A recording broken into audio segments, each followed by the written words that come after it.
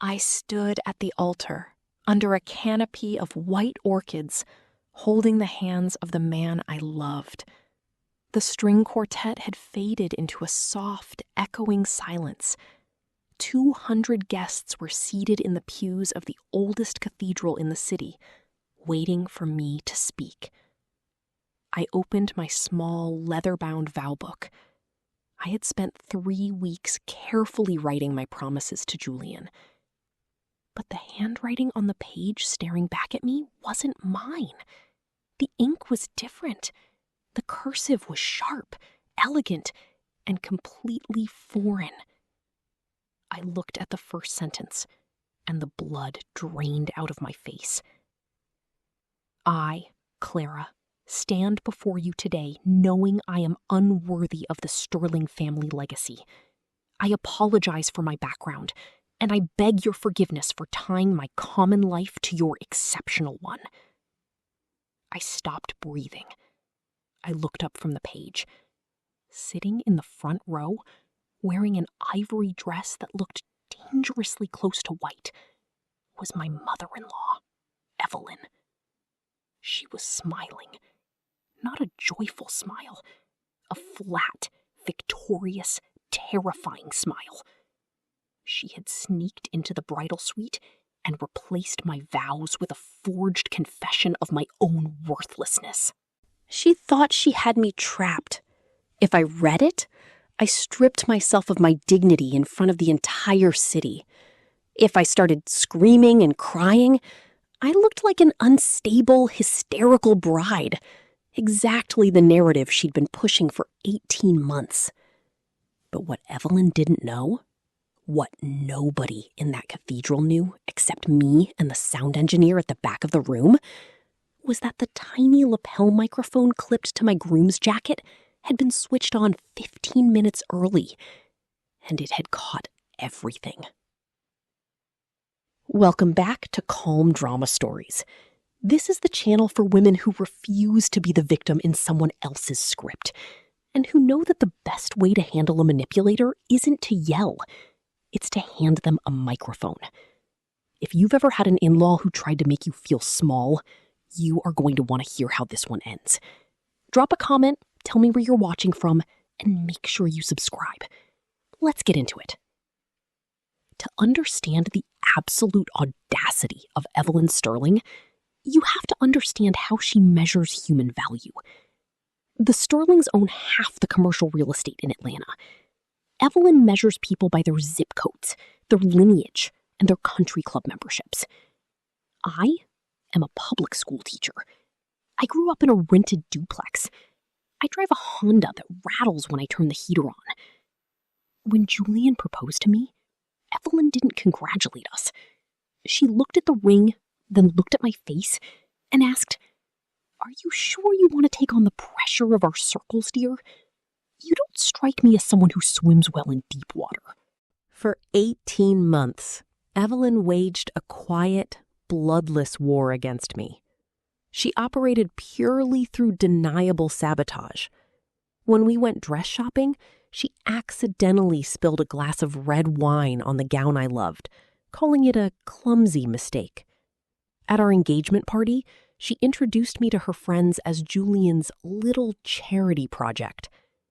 When Julian confronted her, she cried and said I was twisting her words because I was insecure about my background. "She's just protective," Julian would say, rubbing the back of his neck. "She'll come around once the wedding is over and she sees we're solid." I didn't believe that. But I loved Julian. He was kind, he was grounded, and he didn't care about the family money.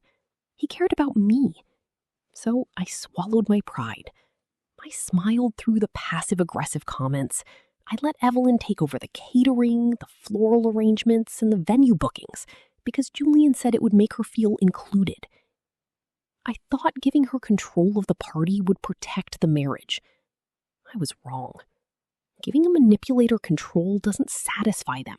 It just teaches them that you will surrender your boundaries if they push hard enough. That brings us to the morning of the wedding. The bridal suite was a massive room at the back of the cathedral. At 10 a.m., my bridesmaids went down the hall to take photos. I was left alone for exactly 5 minutes to use the restroom and touch up my lipstick. I left my leather vow book sitting on the vanity. When I came back, the book was in the exact same spot. It was closed, nothing looked out of place. I picked it up, tucked it into my bouquet, and walked down the aisle. And now I was standing at the altar, staring at a piece of paper that was designed to break me. I apologize for my background, and I beg your forgiveness for tying my common life to your exceptional one. I looked at Evelyn. She tilted her head, giving me an encouraging little nod. She was waiting for the breakdown. She wanted me to burst into tears and run down the aisle. She wanted to turn to her wealthy friends and whisper, "See, I told you she wasn't stable enough for this family." Julian squeezed my hands. "Clara?" he whispered, sensing my hesitation. "You okay?" I looked at the man I loved. Then I looked past the altar, past the pews, all the way to the sound booth at the back of the cathedral. Julian's best friend, Marcus, is a professional audio engineer for a documentary film company. For our wedding gift, Marcus wasn't just recording the video. He had wired Julian with a highly sensitive broadcast-quality lapel microphone. He wanted to capture the audio of our heartbeats and our quiet whispers to... I handed him the book. Julian looked down at the page. I watched his eyes scan the handwriting. I watched his face go from confused to shocked to a shade of pale I had never seen on him before. Evelyn shifted in her seat. This wasn't part of her script. I was supposed to run. Instead, I was handing over the evidence. "Clara," Julian breathed, horrified. "Who did this?" "I think we should ask Marcus," I said. I didn't wait for the priest to intervene. I didn't wait for Julian to speak. I turned my head and looked straight at the sound booth. I spoke clearly into my own lapel microphone. "Marcus," I said, my voice carrying cleanly through the cathedral speakers, "could you please roll back Julian's audio feed to the vestibule right around 10:05 a.m. when Evelyn was pinning his boutonniere?" The cathedral went dead silent. You could hear the wax dripping off the altar candles. In the front row, Evelyn's confident smile vanished. She sat bolt upright. "Clara, what are you doing?" Evelyn snapped, forgetting her volume. "This is a sacred ceremony." "I agree," I said, looking down at her, "which is why I don't want any secrets at the altar."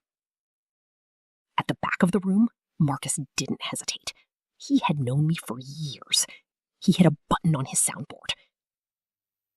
For 2 seconds, there was a faint crackle of static.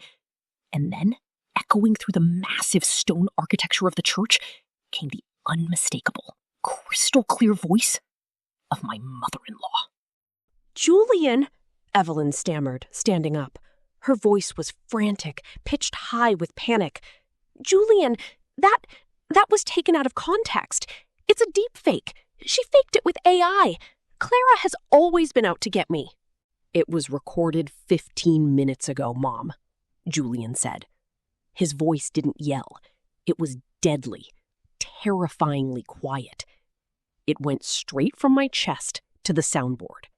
"She manipulated the audio," Evelyn shrieked, pointing at me. "She's a liar! She's trying to steal you! The only thing she's doing is standing here while you destroy yourself." Julian stepped down from the altar. He walked down the 3 marble steps until he was standing directly in front of his mother. "Give me the keys to the reception venue," Julian demanded. Evelyn blinked. "What?" "The keys to the Sterling estate. You're not coming to the reception.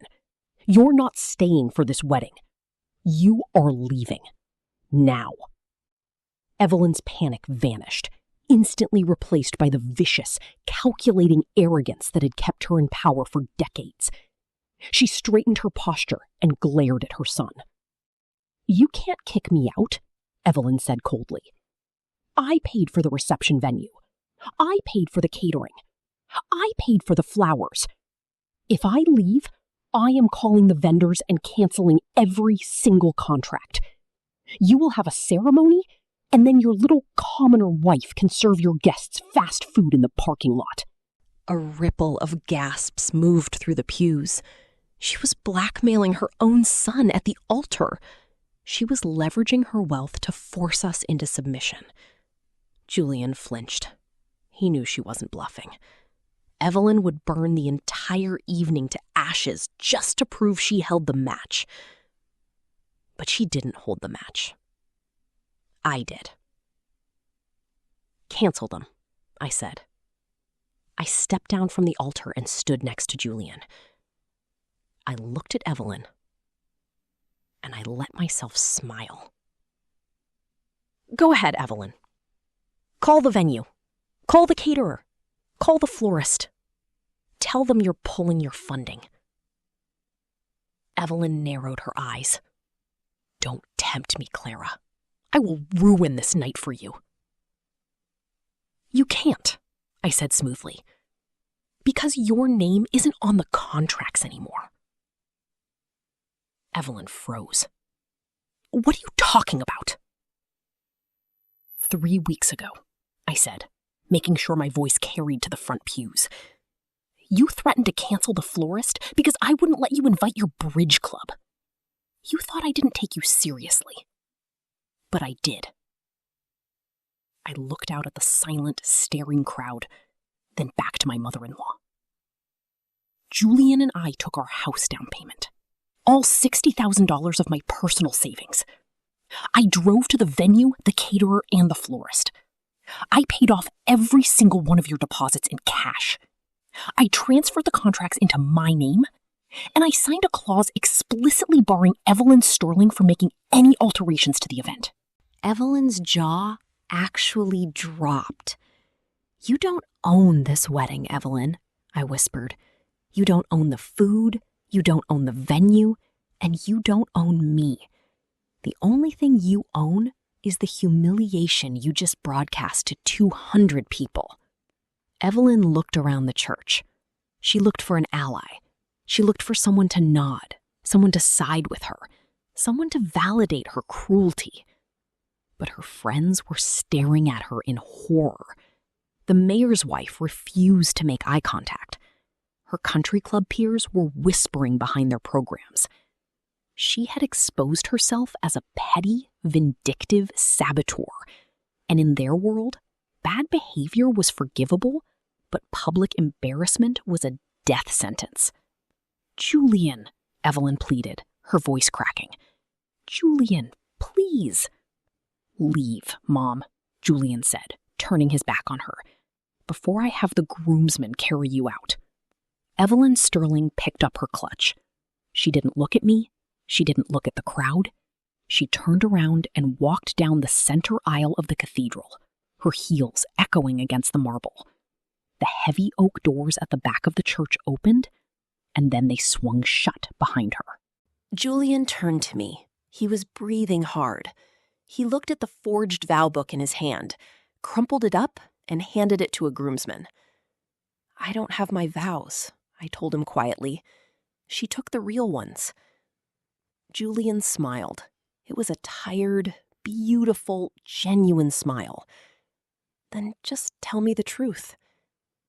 I took his hands, and standing there, with no script, no notes, and no mother-in-law in the front row, I promised to love him, to protect him, and to never let anyone make us feel small. When the priest pronounced us husband and wife, 200 people stood up and cheered. It wasn't polite country club applause. It was a roar. The reception was flawless. The caterer I had paid for served the food. The florist I had secured arranged the centerpieces. We danced for 3 hours, and nobody mentioned the woman who wasn't there. The fallout over the next few months was absolute.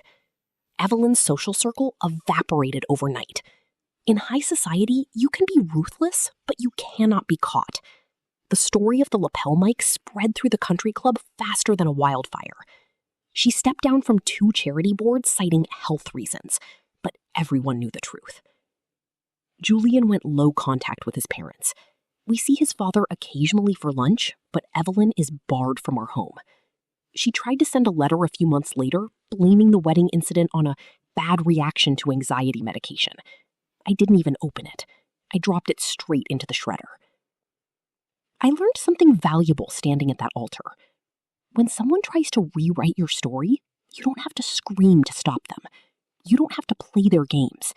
You just have to hold your ground, trust your instincts, and let them talk into a live microphone.